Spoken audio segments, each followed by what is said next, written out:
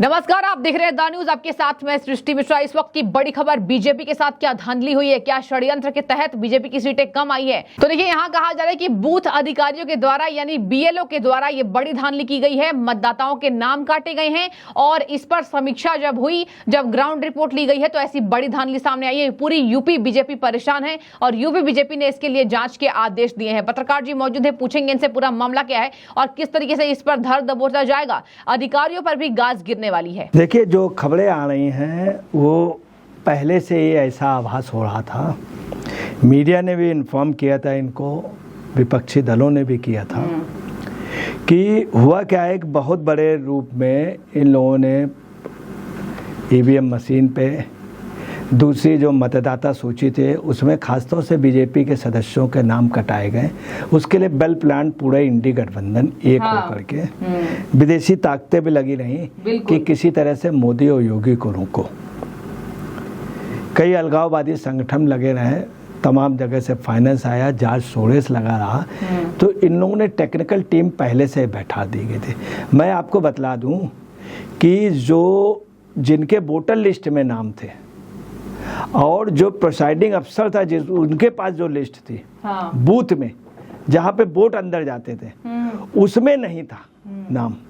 जब वो वोट डालने जाता था इलेक्शन ऑफिस के, उसमें इलेक्शन के जो कर्मचारी आए थे उसमें देखता था नाम नहीं था, वहाँ था। ये एक बहुत बड़ी कॉन्स्पिरेसी हुई। दूसरी बीएलओ को भी परचेज कर लिया गया था, बीएलओ को मैनेज कर लिया गया, बीएलओ को बहुत बड़े पैमाने पे अरेंज किया गया कि आपको फ़ायदा रहेगा, आप दिन भर जाओगे तो आपसे एक किनारे बैठ जाओ। तो हकीकत यह है कि इंडी गठबंधनों के पार्टी कार्यालय में बीएलओ को बैठा के खिला पिला दिया गया, पैसे दे दिए गए और एक हिसाब से लिखा दिए गए। ये हुआ। तमाम अधिकारियों ने भी ये जानबूझ करके कराया। तीसरा ये था कि एक्चुअली में कि लोग भारत को कमज़ोर देखना चाहते हैं। तमाम नेता ये कहते हैं जब कमज़ोर सरकार होगी तो बढ़िया। और दूसरा, कई लोग अपनी कमज़ोर सरकार से मांगे मनवा लेते हैं। जितने छोटे दल हैं वो मनवा लेते हैं। हालांकि मानवर काशीराम जी भी कहते थे कमज़ोर सरकार, मगर उनका कहने का अर्थ दूसरा था। वो सामाजिक एकता के एक बहुत बड़े वो भी थे, पुरोधा, मगर उनका कहने का स्टाइल, आज जो पोजीशन वो दूसरी है। मानवर काशीराम ने कभी सौदेबाजी नहीं की है राजनीतिक, ना कभी कोई तोलाबाजी की, ना कहीं पैसे से कोई टिकट, ऐसा कुछ भी नहीं। मगर वो कहते थे कि छोटे दल, अब जो है इन लोगों की स्थिति, ये छोटे दल क्या करते हैं कि इनका रहता है कि कमज़ोर सरकार आए। तीसरी बात आपको बताना, जॉर्ज सोर्स ऑलरेडी लगा हुआ था, तमाम वर्ड के, सैम पित्रोदा, ये कई दल। अच्छा, दूसरा, भारत की शक्ल जो थी पूरे दुनिया में भारत का नाम हो रहा था। तो ये हुआ कि योगी मोदी को किसी तरह से रोको। बिल्कुल। दूसरा आपको बताना है कि इन लोगों ने चुनाव में पहले से तैयारी कर ली थी बहुत बड़े तादाद में, क्योंकि बीजेपी के कार्यकर्ताओं को ये नहीं मालूम है कि जहां उन्हें वोट नहीं पड़ता है या जिन एरियो पे उन्हें वोट नहीं, जहां उनके टेम्पो नहीं जा पाते हैं, उनकी गाड़ियां नहीं जा पाती हैं, उनको पूरा उनके खिलाफ वोट जाता, उस एरिया में बीजेपी वाले कभी घुसे नहीं। दूसरा, वहाँ पे एक एक मकान में सदस्य बढ़ाए गए, 100 200 500 सदस्य बढ़ाए गए। अच्छा, अब बीजेपी वाले चेक भी नहीं कर सकते क्योंकि बीजेपी का वहाँ कोई कार्यकर्ता नहीं है। बीजेपी ने इसको चेक भी नहीं किया। हकीकत ये है कि तमाम जगह जो बीजेपी के अगेंस्ट के लोग थे उन्होंने वोट खूब बढ़ाए और वोट कम से कम आप समझ लीजिए कि 6 गुना 8 गुना ज़्यादा बढ़ा लिया। कुछ पॉकेट ऐसे जहाँ से बीजेपी का खाता नहीं खुलता था बूथ में, वहाँ आप समझ लीजिए, वहाँ के आंकड़े देख लीजिए, वहाँ जो वोट है वो 50% 60% बढ़ा। और जो भाजपा बहुल क्षेत्र है वहाँ पे वोट कट गया 30-40%। ये एक बात रही। दूसरी आपको बता रहे हैं कि कहना नहीं चाहिए, प्रशांत किशोर जी ने भी कह दिया था और मैं फिर कहूँगा, केजरीवाल जी ने भी कहा था, संजय सिंह ने भी कहा था कि भाजपा का यूपी में गड़बड़ होने जा रहा है, सीटें कम है। उसके बावजूद भी बीजेपी के लोग चेते नहीं हैं। तीसरी, आपको मैं एक सबसे बड़ी बात बता दें, बीजेपी के कुछ लीडर इतने काबिल हो गए, अपने को इतना योग्य समझने लगे कि जिंदगी में अटल बिहारी वाजपेयी ने 80 की 80 सीटों पे अपने अपने कैंडिडेट नहीं लड़ाए, अपने व्यक्ति नहीं, मन पसंदेगा, कभी नहीं। मोदी ने नहीं। आप मोदी के मंत्रिमंडल में तब से लेके आज तक अगर आप देख लीजिए, जिन्होंने मोदी को भद्दी भद्दी बातें कही हैं, जिन्होंने मोदी का विरोध किया, मोदी ने उनको अपने मंत्रिमंडल में लिया है। मगर क्यों लिया? वो काम जानते थे। अगर काम प्यारा है, उन मोदी का ये था अगर आप काम कर रहे हैं तो हमें कोई इतराज नहीं, मोदी को काम चाहिए। अब मोदी काम करके दिखाते हैं। इधर क्या हुआ, योजनाबद्ध तरीके से मोदी को रोकने के लिए एक तो इनके वोट कटवाए गए। दूसरी बात है, जब वोट पड़ने की बात आई है, वोट पड़ने में भी ये पोजीशन थी कि ये सभी लोग ये इस समय रहे कि मोदी जी सब कुछ कर लेंगे। यही इनकी पोजीशन शाइनिंग इंडिया में अटल बिहारी वाजपेयी के समय।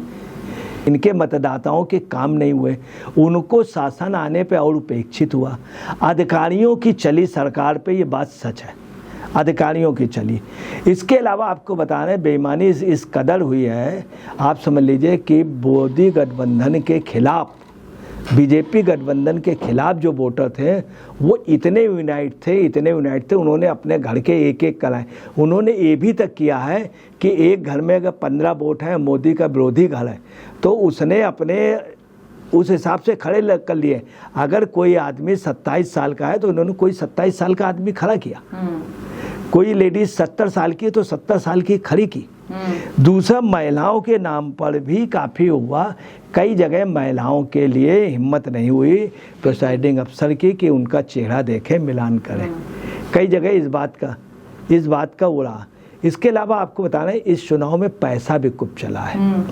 एक ये था कि लोगों को ये था कि आइएगा वोट डालने आइएगा, तो वोट डालने लोग बूथ में गए, अपना चेहरा दिखाया, अपनी उन्होंने मोबाइल से फ़ोटो खिंचाई, उनको एक फॉर्म दे दिया गया।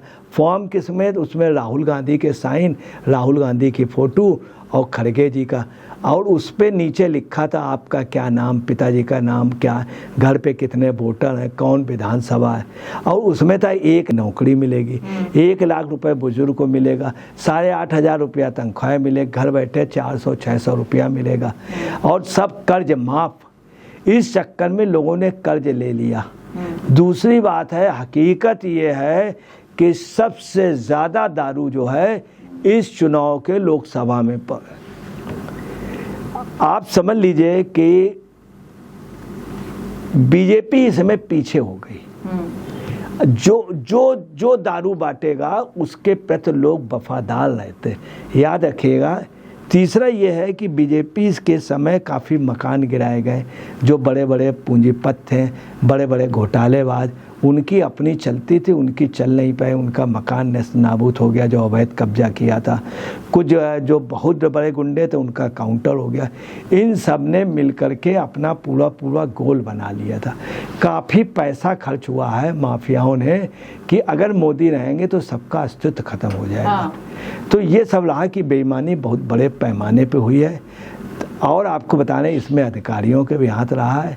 अधिकारियों के अलावा आपको बता रहे हैं कि ऐसा भी हुआ है कि लोगों ने इंग बिगाड़ने वाली भी अपने पास हो रखी है, मोदी के विपक्ष वालों ने, और वोट अपने हिसाब से जहाँ पे मोदी का नहीं चलता था वहाँ खड़े होकर सारे लोग एक हो गए, जितने भी पोलिंग एजेंट थे, और इन्होंने अपने ढंग से एक प्रकार से जैसे बूथ कैप्चरिंग होती थी ऐसे ही मोदी विरोधियों ने मिल करके एक उसमें ईवीएम में कैप्चर कर लिया, अपने वोट डालो। ठीक है, तो देखा आपने किस तरीके से यहाँ पर बड़ा षड्यंत्र यूपी में हुआ है और बीजेपी को हराने के लिए अधिकारी भी शामिल थे। अब अधिकारियों पर जीरो टॉलरेंस की नीति योगी आदित्यनाथ रखेंगे, देखने वाली बात होगी जांच के घेरे में और कौन कौन से लोग सामने आते हैं। बने रहिए, जो भी राय हो रखिए। शुक्रिया।